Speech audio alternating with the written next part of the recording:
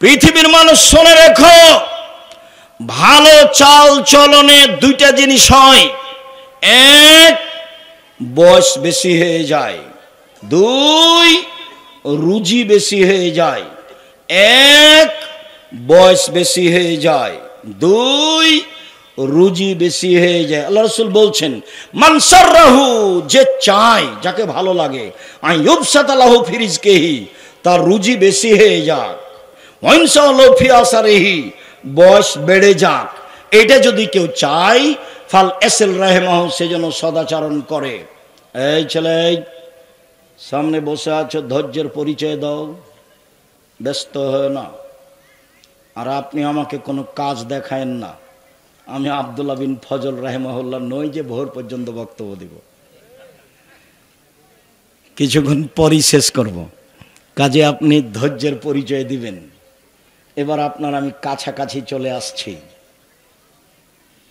এখন যেটা বললাম সেটা হচ্ছে, কি দিয়ে বয়স বেশি হয়?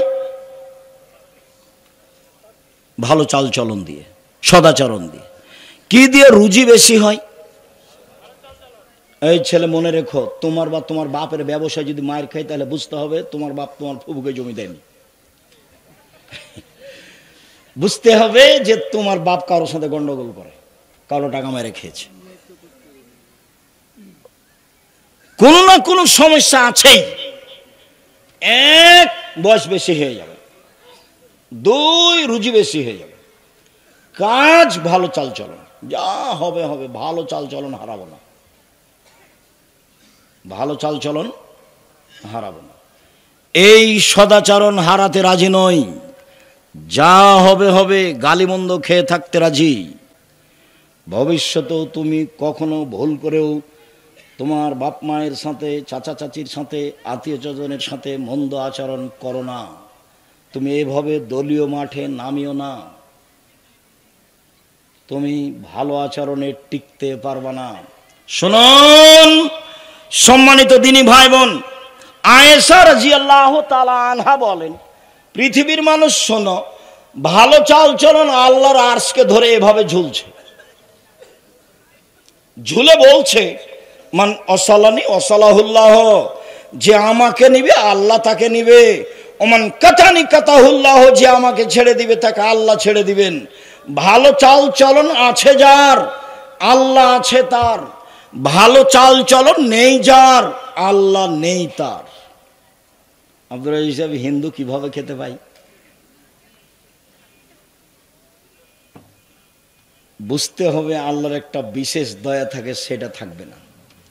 ইহুদি খ্রিস্টান সবাই খেতে পায়। দুনিয়া দিয়ে বিচার করার কোনো প্রয়োজন নেই, দুনিয়া দিয়ে বিচার করে কোনো লাভ নেই। আবু হুরায়রা রাদিয়াল্লাহু তাআলা আনহু বলেন, রাসূল সাল্লাল্লাহু আলাইহি সাল্লাম বলেছেন, আর রাহমু সুহনাতুন মিনার রহমান, সদাচরণ রহমান থেকে নির্গত হয়েছে। সদাচরণটা রহমান দয়া থেকে বের হয়ে এসেছে।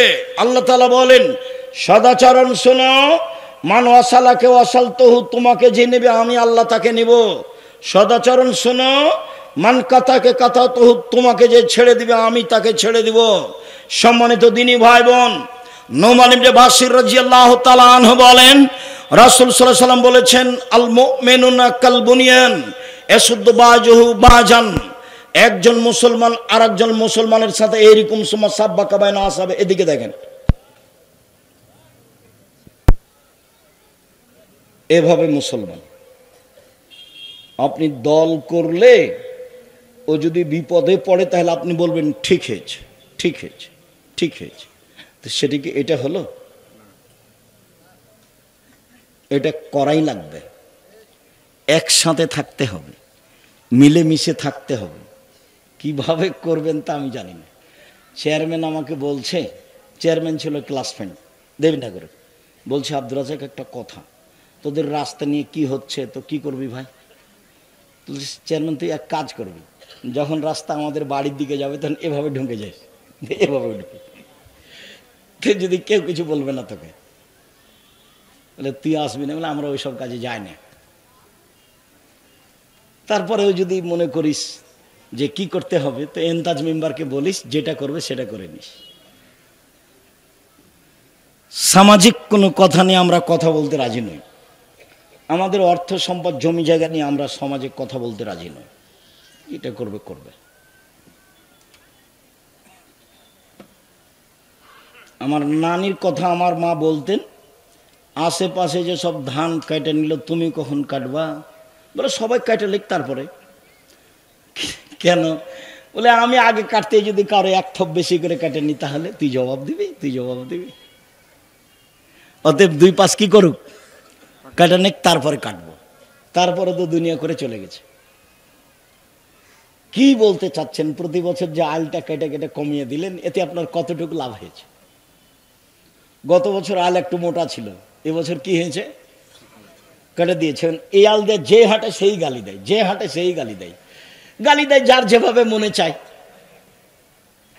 এক একজনের গালিতে এক এক রকম, সেটা তো আপনি ভালোভাবে জানেন।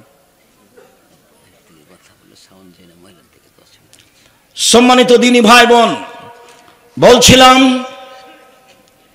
রাসূল সাল্লাল্লাহু আলাইহি সাল্লাম বললেন সারা পৃথিবীর মুসলমান এইভাবে থাকবে, কেউ কারো বিরুদ্ধে যেতে পাবে না। এবার তিনি বলছেন আল মুমিনুনা কারাজুলিন ওয়াহিদ, সারা পৃথিবীর মানুষ একজন মানুষ। ইনিস্তাকাইনু ইস্তাকা কুল্লুহু, চোখ ব্যথা করলে সম্পূর্ণ শরীরে ব্যথা বোঝা যায়, তার মানে এক পুরো শরীর একটাই, সব মানুষ একটাই। মাথা ব্যথা করলে সম্পূর্ণ শরীরে বোঝা যায় ব্যথা, তার মানে প্রতিবেশী যদি বিপদে পড়ে তাহলে আমি সে বিপদ বুঝবো এবং তার সহযোগিতা করব, তার নাম একজন। রাতে গিয়ে বলবে কি খবর ভাইজান, কি হয়েছে? অ্যাম্বুলেন্স লাগবে, টাকা কর্জ লাগবে, কিছু কি চাচ্ছেন? যা প্রয়োজন তার জন্য প্রস্তুত থাকবেন, তার নাম সবাই মিলে হলো একজন।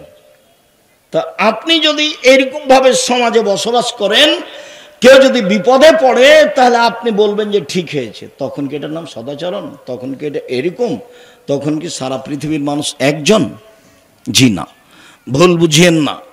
ভুল বুঝে সংসার করে একদিন করতে রাজি হবেন না, ঠিক নয়। চলেন এবার আপনার কাছে চলে আসলাম। মহান আল্লাহ বলেন ওয়াবুদুল্লাহ লা তুশরিকু বিহি শাইআ, পৃথিবীর মানুষ তোমরা আল্লাহর ইবাদত করো, তার সাথে বিন্দুমাত্র শরীক করো না। আল্লাহর সাথে সদাচরণ হলো শিরক না করা। শিরক করে যে সে আল্লাহর সাথে সদাচরণ ভালো করতে পারে না। যারা ঘুম থেকে উঠে ওমা তোমার আকাশ কালিমা বলে, তাদের সদাচরণ নেই, আল্লাহর সাথে তাদের সদাচরণ নেই। যত শিরক আছে তা দিয়ে আল্লাহর সাথে সদাচরণ কেটে গেছে। দুই, অবিল ওয়ালিদাইনে ইহসানা, পিতা মাতার সাথে সদাচরণ। ভবিষ্যতে কোনোদিন তুমি তোমার পিতার সামনে জোর করে কথা বলবো না, ভবিষ্যতে না, কোনোদিন নয়। ঘুম থেকে উঠে দেখবা মাটির উপরে মায়ের চেয়ে আর কেউ খারাপ মানুষ নেই, তারপরে তুমি মায়ের সাথে মন্দ আচরণ করতে পাবা না। তিন, অবেজিল কুরবা, নিজ ভাই হলো সদাচরণের তৃতীয় স্তর। নিজ ভাইয়ের সাথে সদাচরণ খুবই কঠিন। কতদিন আপনাকে আমি বলেছি, আমি নিজ চোখে দেখেছি ঢেঁকি কেটে ভাগ করে নিয়েছে। ঝগড়া লেগে কি করেছে? ঢেঁকি কেটে ভাগ করে নিয়েছে। আমি নিজ কানে শুনেছি, দাঁড়িয়ে আছি, এক ভাই আর এক ভাইকে বলছে এখানে তো থাকবো না রে, আমার ভাগ এমন লোকের কাছে বিক্রি করে যাব যে তোকে গুতাতে পারে। এক ভাই আর এক ভাইকে বলছে। বলেন এটা কোন সদাচরণ? প্রতিবেশীর সাথে অবেজিল কুরবা ওয়াল ইয়াতামা, এতিমের সাথে সদাচরণ। এতিমের সাথে সদাচরণ করলে নবীর সাথে জান্নাতে থাকতে পাওয়া যায়। অবেজিল কুরবা, নিকট অবেজিল কুরবাল ইয়াতামা ওয়াল মাসাকিন, ফকির মিসকিনের সাথে সদাচরণ। ফকির মিসকিনকে ধমক দিবেন না, ফকির মিসকিনকে রাস্তা থেকে জোর করে সরিয়ে দিবেন না। বাড়ি থেকে বের হওয়ার সময় খুচরা টাকা নিয়ে বের হবেন, জানে ফকির মিসকিনকে কিছু দেওয়া যায়। সব সময় বলবেন না মাফ করো মাফ করো। এরপরে অল জারিদিল কুরবা অল জারিল জুনুব, নিকটের প্রতিবেশী এর সাথে সদাচরণ, এখানে টিকা বড় কঠিন। আল্লাহ রাসূল বলছেন 4টা জিনিস আছে যার সবকিছু আছে তার। 1 ভালো স্ত্রী, 2 ভালো প্রতিবেশী, 3 একটা ভালো প্রশস্ত বাড়ি, 4 একটা ভালো গাড়ি। 4টা জিনিস আছে যার সবকিছু আছে তার। আবার বলছেন 4টা জিনিস নেই যার কোনো কিছু নেই তার। 4টা জিনিস নেই যার কোনো কিছু নেই তার। 1 স্ত্রী ভালো নয়, 2 প্রতিবেশী ভালো নয়, 3 বাড়িখান ছোট, 4 গাড়িটা উঠলেই খালি সাইকেল পাম্প পড়ে যায়, চাকা নষ্ট হয়। 4টা জিনিস আছে যার সবকিছু আছে তার। সম্মানিত দিনী ভাই বোন, প্রতিবেশীর সাথে ভালো আচরণ, এর সাথে টিকা খুবই কঠিন। আল্লাহ রাসূলকে একজন এসে বলছে, আল্লাহ রাসূল আমি কি দিয়ে বুঝবো আমি ভালো মানুষ, আমি কি দিয়ে বুঝবো আমি খারাপ মানুষ? বলে কি দিয়ে বুঝবে মানে এই যে সামেতা মিন জিরানে কান্তা হাসানতা ফাকাদা হাসানতা, যখন তোমার প্রতিবেশী বলবে তুমি ভালো তখন তুমি ভালো। ওই যে সামেতা মিন হাসাতা ফাকাদা হাসাতা, আর যখন তোমার প্রতিবেশী থেকে শুনবে তোমার প্রতিবেশী বলছে তুমি খারাপ তখন তুমি খারাপ। আমি ভালো কি দিয়ে প্রমাণ হব? প্রতিবেশী দিয়ে। এবার পরীক্ষা করেন তাহলে নিজেকে। আমি খারাপ কার কাছে পরীক্ষিত হব? প্রতিবেশীর কাছে। একবারে 2 ভাই 2 দল করে, পরের দিন ঘুম থেকে একটু বলছে ব্যাটার খাই রাস্তা বন্ধ করে দিতে রে, তো চাচা তো ভাই যেন এখান থেকে বের হতে না পারে, এই রাস্তা বন্ধ করে দে। ও ভিতর দিকে ওর ভাইয়ের বাড়ি আর বাহির দিকে ওর বাড়ি। ওর বাড়ি থেকে রাস্তায় উঠা সহজ, আর এর বাড়ি থেকে রাস্তায় গেলে কি করে গলির উপর দিয়ে যেতে হবে। তখন সকালে উঠে কি বলছে? রাস্তা বন্ধ করে দে। জিন্দিগিতে মুখ খুলবেন না, ভাইয়ের বিরুদ্ধে জিন্দিগিতে মুখ খুলবেন না। গন্ডগোল বড় ভাইয়ের কারণে হয়েছে, ক্ষমা আপনাকে নিতে হবে, তার নাম সদাচরণ। আপনি ভুল বুঝেন না, আপনাকে বলছি। এই ছেলে শোনো, যার সাথে গন্ডগোল হয়েছে, যাকে ক্ষমতা দেখিয়েছ, অপমান করেছ, আগামীকাল সকাল হতে হতে তার কাছে ক্ষমা নিতে হবে, নিতেই হবে, নিতে তুমি বাধ্য। তাহাজ্জুদ দিয়ে তুমি জান্নাত কিনতে পারবে না, হজ দিয়ে তুমি জান্নাত কিনতে পারবে না। একজন সাহেব বলছেন, আল্লাহর নবী অমুক মহিলা বেশি বেশি সালাত আদায় করে, বেশি বেশি সিয়াম পালন করে, বেশি বেশি দান খায়রাত করে, তবে সে প্রতিবেশীকে কষ্ট দেয়। তখন আল্লাহ রাসূল বলছেন হে ফিন্নার, জাহান্নামে যাবে। তাহাজ্জুদ পড়ে, দান করে, সালাত আদায় করে, কিন্তু মুখে কি করে? প্রতিবেশীকে কষ্ট দেয়, সে জাহান্নামে যাবে। একজন দান করতে পারে কম, সালাত আদায় করে কম, আপনার সিয়াম পালন করে কম, কিন্তু প্রতিবেশীকে কষ্ট দেয় না। আল্লাহ রাসূল বলছেন যে হিয়া ফিল জান্নাহ, ও জান্নাতে যাবে। এবার চলেন আপনার স্ত্রীর সাথে আপনার সদাচরণ। রাসূল সাল্লাল্লাহু আলাইহি ওয়াসাল্লাম বলেন, আল্লাহর নবী বলছেন পৃথিবীর মানুষ, বিদায় হজের ভাষণে তিনি বললেন পৃথিবীর মানুষ ফাত্তাকুল্লাহ ফিন নিসায়ে, মহিলাদের ব্যাপারে সাবধান থাকো। তোমরা তাদেরকে নিয়ে এসেছো অত্তাখাজতুমুহুন্না বিআমানিল্লাহ, ওদেরকে বাড়িতে নিয়ে এসেছো আল্লাহর নিরাপত্তায়, কোনো প্রকার সমস্যা হয় না যেন। তাকে হেফাজতে রাখতে হবে, থাকার জায়গা দিতে হবে, খাওয়ার ব্যবস্থা ভালো দিতে হবে, পানির ব্যবস্থা দিতে হবে। আল্লাহর নিরাপত্তায় নিয়ে এসেছো। আস্তাহলালতুম ফুরুজাহুন্না বিকালিমাতিল্লাহি, আর আল্লাহর কালেমা দিয়ে তার লজ্জা স্থান বৈধ করেছ। অতএব আল্লাহর আদেশ পালন করতে দুর্বলতা করো না। ওয়ালাহুন্না আলাইকুম কিসওয়াতুহুন্না রিজকুহুন্না বিল মারুফ, ভালোভাবে খেতে দিতে হবে, ভালোভাবে পড়তে দিতে হবে, তাহলে সে শান্তিতে বসবাস করবে। বিদায় হজের ভাষণে তিনি বললেন, সাহাবীগণ বলেন আল্লাহর নবী আমাদের স্ত্রীদের সাথে আমরা কি আচরণ করতে পারি? তাতে আল্লাহর নবী বললেন, মনে রেখো, 1 যে মানের খাও সে মানের খাওয়াবা, 2 যে মানের পরো সে মানের পরাবা। 3 কটু কথা বলো না, ওলা তুকাব্বে, ভুলেও কোনোদিন স্ত্রীকে গালি দিবেন না, ভুলেও কোনোদিন স্ত্রীর নিন্দা করবেন না। কালো হোক ঠোঁটমোটা হোক যেটাই হোক না কেন, প্রশংসা ছাড়া কোনো কথা তাকে বলবেন না। নিন্দা করলে সংসার ভালো হবে না, নিন্দা করলে গালি দিলে এক সময় তালাক হয়ে যাবে, শান্তিপূর্ণ তৃপ্তিপূর্ণ সংসার চলবে না। অতএব ভুলেও কখনো তাকে কটু কথা বলবেন না, মুখের উপরে কখনো মারবেন না। ওলা তাতরুকা ইল্লা ফিল বাইতে, বাড়ি ছাড়া কোথাও থাকতে দিবেন না। শ্বশুর বাড়ি পাঠালে নিজে আপনি সাথে যাবেন, বিবাহের বাড়ি যেতে পাবে না। ডুলি বিবি প্রথা বাতিল, এমনভাবে ডুলি বিবি প্রথা বন্ধ করতে হবে। 20 বছর পরে কেউ যদি বলে ডুলি বিবি, তাহলে আর 5টা ছেলে বলবে ডুলি বিবি কি জিনিস রে, ডুলি বিবি কি জিনিস, এমনভাবে ভুলে যেতে হবে। ডুলি বিবি শব্দের উপরে পেশাব করে দিতে হবে, থুবড়া শব্দের উপরে পেশাব করে দিতে হবে। চাঁপাইনবাবগঞ্জের বিবাহ সম্পর্কে যত কিছু আছে সবই হারাম, এমন কোনো একটা কাজ নাই যেটা আমার কাছে বৈধ আছে, সবটাই নাজায়েজ। বিবাহ পড়ানো থেকে নিয়ে, এখন নতুন হতে পারে আলেম ওলামা এসেছেন সেটা ভিন্ন কথা। আমি 2 চোখে বিবাহের যত কাজ দেখেছি, মেয়ে দেখা থেকে নিয়ে বাস্তবায়ন করা পর্যন্ত, আমাটা ব্যবহার পর্যন্ত যা কিছু দেখেছি একটাও জায়েজ নাই, সবই হারাম। শুনুন, স্ত্রীকে বাড়িতে রাখতে হবে, বাজার করবেন আপনি, নইলে আপনার ভাই, নইলে আপনার ভাতিজা, নইলে আপনার বোনের ছেলে ভাগ্নে। জাতি কি মেরে খেয়েছেন? কেন আপনার স্ত্রী বাজারে যাবে? ভ্যানিটি ব্যাগ হাতে করে বাজারে যায় কেন? গোদাগাড়ি যায় কেন? সুলতানগঞ্জে যায় কেন? ওর কি কাজ আছে ওখানে? ওর কি জমিদারি আছে? যেতে দেন কেন? আপনার লজ্জা হয় না কেন?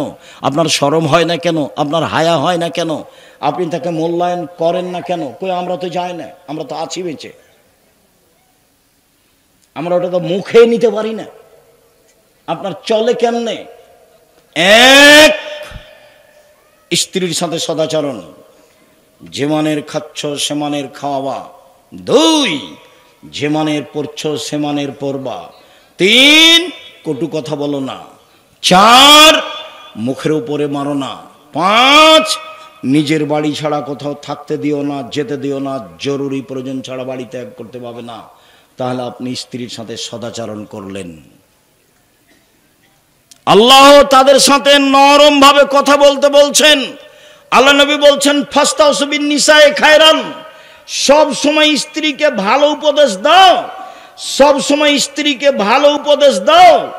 জোর করে কিছু করতে যাও না, ওকে বাঁকা হাড্ডি দিয়ে সৃষ্টি করা হয়েছে, জোর করে কিছু করতে গেলে ভেঙে যাবে। 1 মিনিট। আয়েশা রাদিয়াল্লাহু তাআলা আনহা বলেন, পৃথিবীর মানুষ তোমরা দেখো না আল্লাহ নবী স্ত্রীকে কিভাবে ভালোবাসতেন, আমাকে কিভাবে মূল্যায়ন করতেন। আমি কম বয়সের মহিলা, মসজিদে খেলোয়াড়েরা যোদ্ধারা যুদ্ধের ট্রেনিং দিচ্ছে, আমি তার পিছনে দাঁড়িয়ে কাঁধের উপরে মুখ দিয়ে দেখছি যোদ্ধারা কিভাবে খেলছে। আমি কম বয়সের মেয়ে, যতক্ষণ পর্যন্ত আমি দাঁড়িয়ে থাকলাম তিনি আমাকে একবারও বললেন না হয়েছে, দেখা হয়েছে, এখন যাও, দেখা হয়েছে, একবারও বলেননি। যতক্ষণ পর্যন্ত আমি না বলেছি আর দেখবো না, ততক্ষণ পর্যন্ত তিনি আমাকে কিছু বলেননি। না, বুঝাতে পারেনি কথা মনে হয়। আবার বলি, বুখারী মুসলিমের হাদিস, যোদ্ধারা মসজিদে কি করছে? যুদ্ধের ট্রেনিং দিচ্ছে অস্ত্রপাতি নিয়ে। তো এইটা দেখছেন আয়েশা রাদিয়াল্লাহু তাআলা আনহা কোন দিক থেকে? রাসূলের পিছন দিক থেকে, কাঁধের উপর দিয়ে দেখছে। যোদ্ধারা কিন্তু দেখতে পায় না যে আয়েশা দেখছেন, এই জন্য প্রজেক্টর জায়েজ। মহিলারা পুরুষকে দেখতে পারে। যারা বলেছে যে মহিলারা প্রজেক্টরের মাধ্যমে বক্তাদের দেখতে পাবে না, তাদের ভুল হয়েছে। আল্লাহ নবী এখানে দাঁড়িয়ে আছেন, পিছন দিকে কে দাঁড়িয়ে আছেন? আয়েশা রাদিয়াল্লাহু তাআলা। তিনি কোথা দিয়ে, কোন জায়গা দিয়ে যোদ্ধাদের দেখছেন? কাঁধের উপর দিয়ে। তো বলছেন আমি কম বয়সের মেয়ে, কম বয়সের মেয়ে খেলা দেখতে কত আগ্রহী হতে পারে। যতক্ষণ দাঁড়িয়ে থাকলাম ততক্ষণ তিনি থাকলেন, আমাকে বললেন না হয়েছে, দেখা হয়েছে, আর কতক্ষণ, আরে যাও তো, হয়েছে, একবার বলেননি। আয়েশা রাদিয়াল্লাহু তাআলা আনহা বলেন, সফরে একদিন ছিলাম, তিনি বললেন, আয়েশা চলো যাই দৌড়ের পাল্লা। ঠিক আছে চলেন। দৌড়ের পাল্লায় আল্লাহ রাসূল পরাজয় হয়ে গেলেন, আমি জয়ী হয়ে গেলাম। আমি তো কম বয়সের মেয়ে, দৌড়াতে পারি। আর একদিন বলছেন চলো যায় আয়েশা দৌড়ের পাল্লা। আচ্ছা ঠিক আছে চলেন। এবার আমার শরীর একটু ভারী হয়েছে, শরীর একটু বেশি হয়েছে। দৌড়ে তিনি জয়ী হয়ে গেলেন, আমি পরাজয় হলাম। তিনি বললেন আয়েশা এইটা সেইটা, ওইটা এইটা। একদিন তুমি জয়ী, একদিন আমি জয়ী। স্ত্রীর সাথে সদাচরণ আপনাকে আমি কি দিয়ে বুঝাই? স্ত্রীর সাথে ভালো আচরণ, শান্তি পেতে চাইলে, তৃপ্তি পেতে চাইলে, স্ত্রীকে সত্যি সত্যি স্ত্রী মনে করলে, ও দিয়ে শান্তি পেতে চাইলে, ও দিয়ে তৃপ্তি পেতে চাইলে, ও দিয়ে সহজে বেশি কাজ নেবেন না, অপ্রয়োজনীয় কথা বলবেন না, গালি দিবেন না, নিন্দা করবেন না। আল্লাহ বলছেন ওকে আমি সৃষ্টি করেছি তোমার শান্তি তৃপ্তির জন্য। তা আপনি যে ভাষায় গালি দেন, ভাষা তো আর আমি এখন বলতে পারি না, অমুকের বেটে অমুক, ছি ছি ছি ছি ছি ছি, নাউজুবিল্লাহ, কেমনে বলেন? আমি যখন বলছি তখন বলছে আব্দুর রাজ্জাক সাহেব আপনি তো খালি ওই দিক দিয়ে কথা বলেন, আমাদের তো কথা বলেন না। আমার স্বামীর মুখখান এত খারাপ, ওর মুখের দিকে তাকাতে আমার জি করে না। ও গালি দেয়।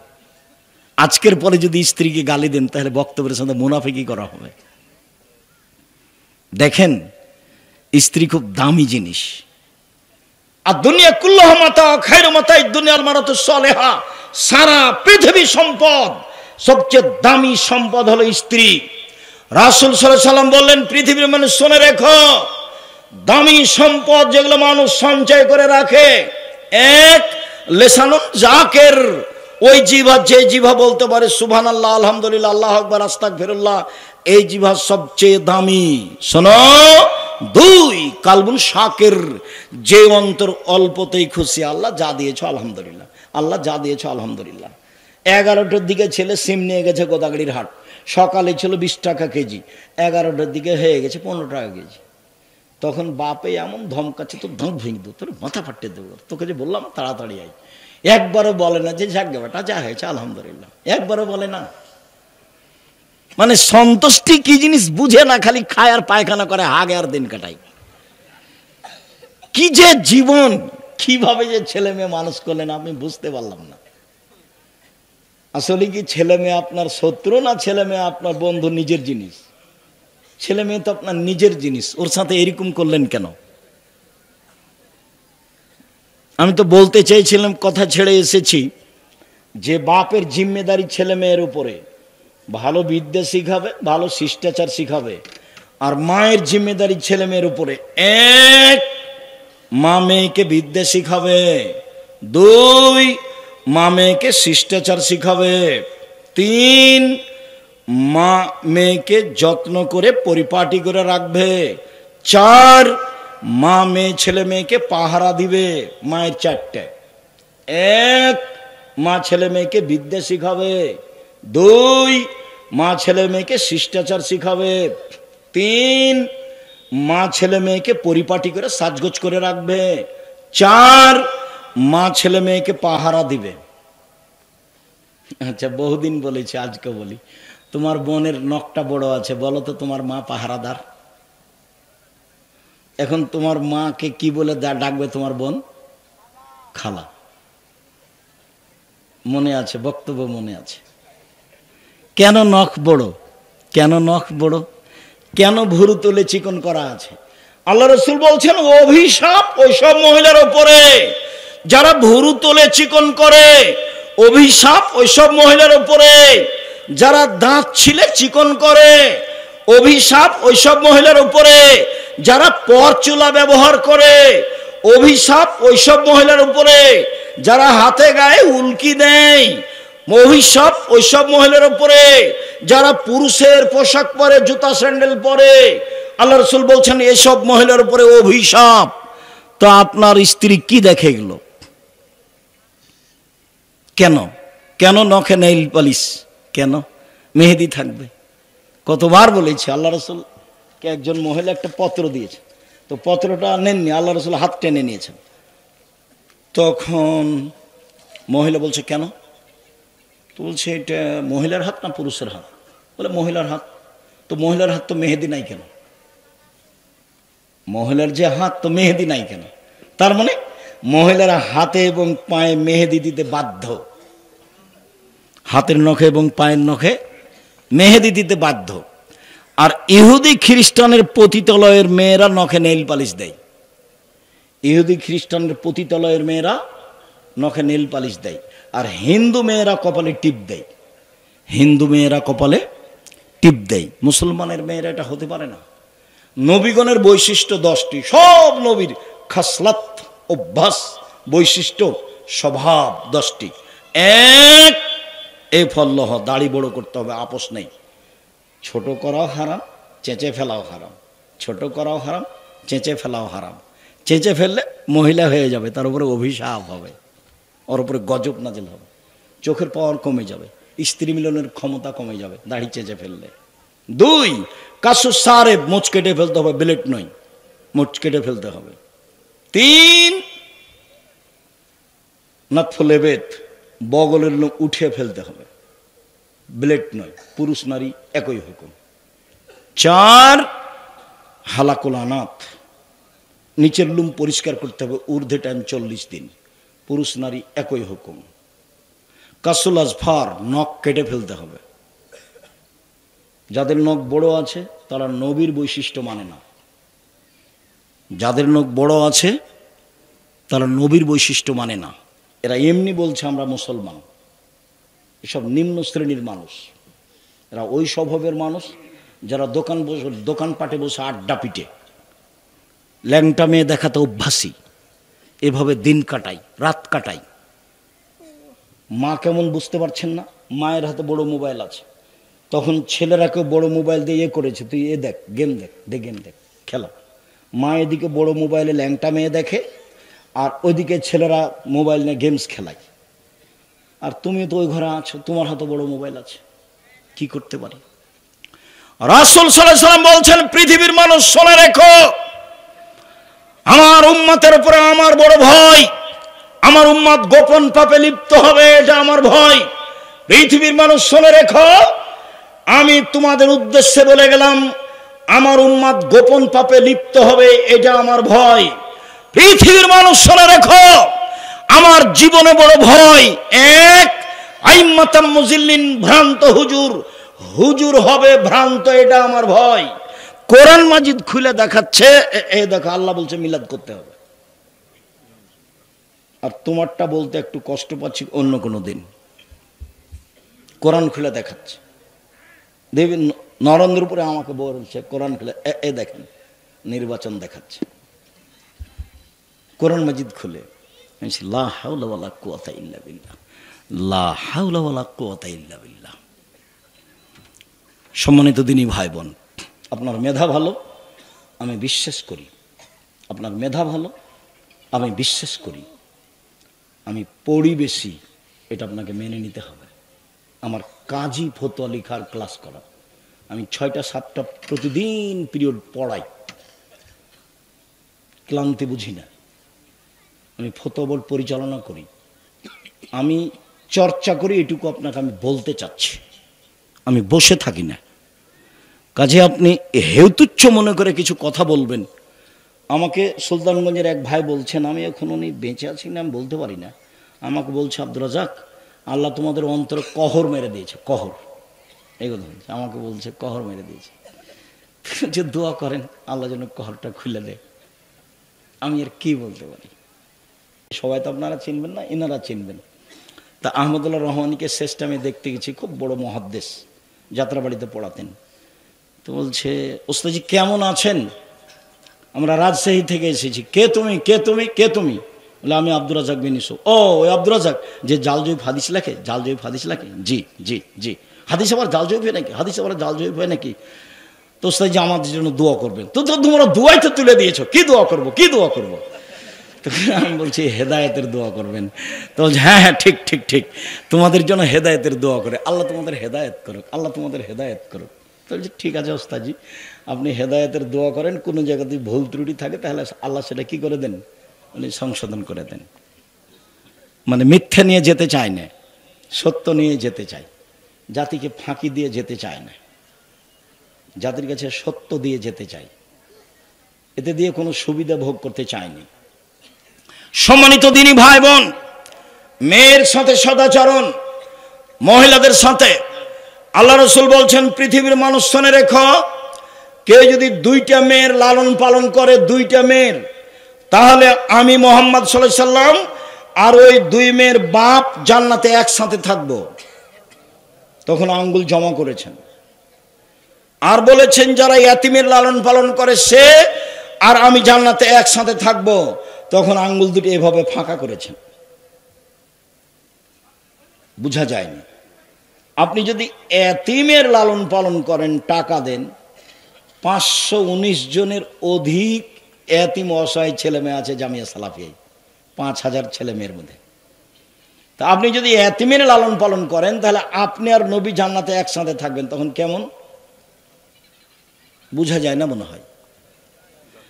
আর কেউ যদি 2টা মেয়ের লালন পালন করে, 2টা মেয়ে দেখাশোনা করে বিবাহ শাদী দিয়ে দিল, সে বাপ কেমন হবে জান্নাতে মেয়ে আল্লাহ রাসূলের সাথে? তখন ফাঁকা আছে? ফাঁকা নাই। মেয়ে কি জিনিস মেয়ে তো বুঝে না, মেয়ে মনে করেছে সম অধিকার লাগবে। সম অধিকার দাবিতে কয়েক বছর এমন হয়েছিল যে বেশ কিছু মেয়ের বিবাহ বাদ পড়ে গেছে, ওদের এখন বয়স 40-50, ওই গ্রুপটা এখন ওভাবেই আছে বাংলাদেশে। মানে ও বলছে ইস্টাবলিশড হতে হবে। এটা ওকে কে শিখালো? এটা বাপে ভুল বুঝিয়েছে, মায়ে ভুল বুঝিয়েছে, খালা ভুল বুঝিয়েছে।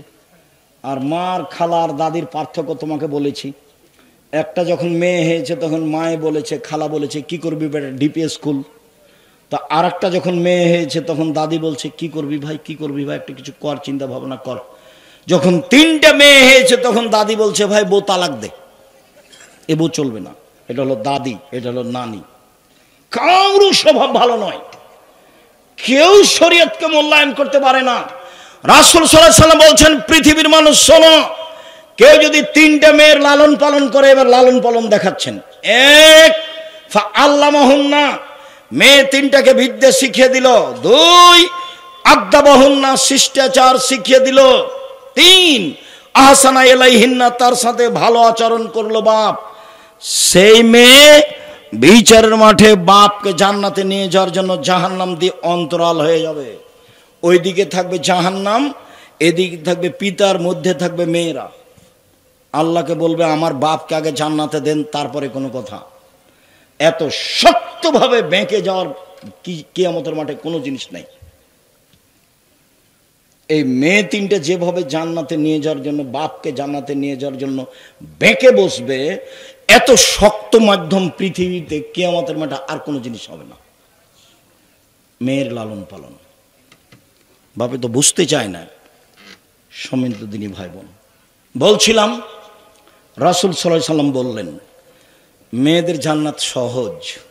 1 5 ওয়াক্ত সালাত, 2 রমজান মাসের রোজা সিয়াম, 3 স্বামীকে মেনে চলা, 4 জেনায় লিপ্ত না হওয়া। 4টে। যদি কোনো সময় জেনা হয়ে যায়, এদিকে দিনী বোন শোনেন, যদি জেনা হয়ে যায় তাহলে আজ থেকে বন্ধ করে দেন, তওবা করেন, আজ থেকে বন্ধ করে দেন, পৃথিবীর যে কোনো বিপদ থেকে বেঁচে যাবেন। 1 আজ থেকে বন্ধ করে দেন, বিচারের মাঠে বিশেষ ছায়াতলে থাকতে পাবেন। 2 3 অনাহ নাফসানিল হাওয়া ফাইনাল জান্নাতে হেল মাওয়া। কেউ যদি অশ্লীল কাজ থেকে নিজেকে ঠেকাতে পারে, আল্লাহ বলছেন আমি তাকে জান্নাতুল মাওয়া দিয়ে দিব। আপনি বন্ধ করেন, আপনার জন্য জান্নাতুল মাওয়া অপেক্ষা করছে। 1 5 ওয়াক্ত সালাত, 2 রমজান মাসের সিয়াম রোজা, 3 স্বামীকে মেনে চলা, 4 জেনায় লিপ্ত না হওয়া, জান্নাতের সব দরজা খোলা। রাসূল সাল্লাল্লাহু আলাইহি ওয়াসাল্লাম বলছেন, পৃথিবীর মানুষ শোনো, খায়রুন নিসায়ে, সবচেয়ে ভালো মহিলা কে? এক, আল অদুদ, স্বামীর সাথে প্রেম বিনিময়ে ভালোবাসা প্রকাশ করে যে। দুই, আল অদুদ, বেশি বেশি সন্তান দিতে পারে যে। তিন, স্বামীকে বিপদ আপদে সান্ত্বনা দিতে পারে যে। চার, অল মুআসিয়াত, সমব্যথী যে। চারটে গুণ আছে যার, সে হলো সবচেয়ে ভালো মহিলা। এক, প্রেম বিনিময়ে স্বামীর সাথে ভালোভাবে চলে যে। দুই, বেশি বেশি সন্তান দিতে পারে যে। তিন, স্বামীকে সান্ত্বনা দিতে পারে যে। এক মিনিট, সান্ত্বনা কি আব্দুর রাজাক সাহেব? দেখবেন, এদিকে দেখেন, এই ছেলে এদিকে খেয়াল করো। আপনি আমার দিন বোন একটু খেয়াল করেন, স্বামীকে কিভাবে সান্ত্বনা দিবেন দেখাই। আল্লাহ নবী একদিন এসে বলছে না, খাদিজা খাদিজা খাদিজা জামেলুনি জামেলুনি, আমাকে কম্বল দিয়ে জড়িয়ে ধরো, খাসি তলা নাফসি, আমার যে কি হয়, আমি মরে যাই নাকি, আমার যে কি হয়, আমি মরি নাকি, আমাকে কম্বল দিয়ে ধরো ধরো ধরো, এভাবে খাদিজা রাদিয়াল্লাহু আনহা বলছেন। তখন খাদিজা বলছেন, কাল্লা, কখনো নহে, অসম্ভব, এটা হতে পারে না। প্রথম কথা, কাল্লা, কখনো নহে, অসম্ভব, হতে পারে না। তারপর বলছেন, আল্লাহে, আল্লাহর কসম, আল্লাহে, আল্লাহর কসম, আল্লাহে, আল্লাহর কসম, লাইজিক আল্লাহ, আল্লাহ আপনাকে অপমান করবেন না। কেন? এক, আপনি সদাচরণ করেন। দুই, অসহায় মানুষের পাশে থাকেন। তিন, অসহায় মানুষের প্রয়োজন খুঁজে বেড়ান। চার, মেহমানকে খাবার দেন। পাঁচ, বিপদগ্রস্তকে খুঁজে বেড়ান। অতএব আল্লাহ আপনাকে অপমান করবেন না। এ দেখেন, স্বামীকে সান্ত্বনা দিচ্ছেন। তারপর বলছেন, চলেন আমার চাচার কাছ থেকে আপনাকে ঘুরিয়ে নিয়ে আসি। এ দেখেন, স্ত্রী সান্ত্বনা দিচ্ছেন। আর আপনার কথা বলি, দিনী বোন শোনেন, আপনার কথা বলি, স্বামী যদি এসে বলে, খুব বিপদ খালেদা, খুব বিপদ খালেদা, খুব বিপদ, কি হয়েছে কি হয়েছে, এ ঘটনা, তোমাকে তো যেতে নিষেধ করলাম, কতবার নিষেধ করলাম, তুমি যাও কেন, তুমি যাও কেন, তোমারই স্বভাব ভালো নয়, তোমাকে কতবার বললাম যায় না। এ দেখেন, বোঝা যায়, বোঝা গেল না মনে হয়? ওটা খাদিজা আর এটা আপনার স্ত্রী। কি বুঝে সান্ত্বনা? এ বলছে, তুই গেলি কেন, তোর তো স্বভাব খারাপ, তুই গেলি কেন? রাসূল সাল্লাল্লাহু আলাইহি ওয়াসাল্লাম বলছেন, আজকের আলোচনার শেষ হাদিস, এই ছেলে থামো। যাওয়ার সময় ছেলেরা গেটে থাকবে। এটা কওমি মাদ্রাসা, যেটা একমাত্র আল্লাহকে সন্তুষ্ট করার জন্য পড়ে ও পড়ায়, এখানে কোনো স্বার্থ নেই। দান এরকম জায়গাতেই করতে হবে।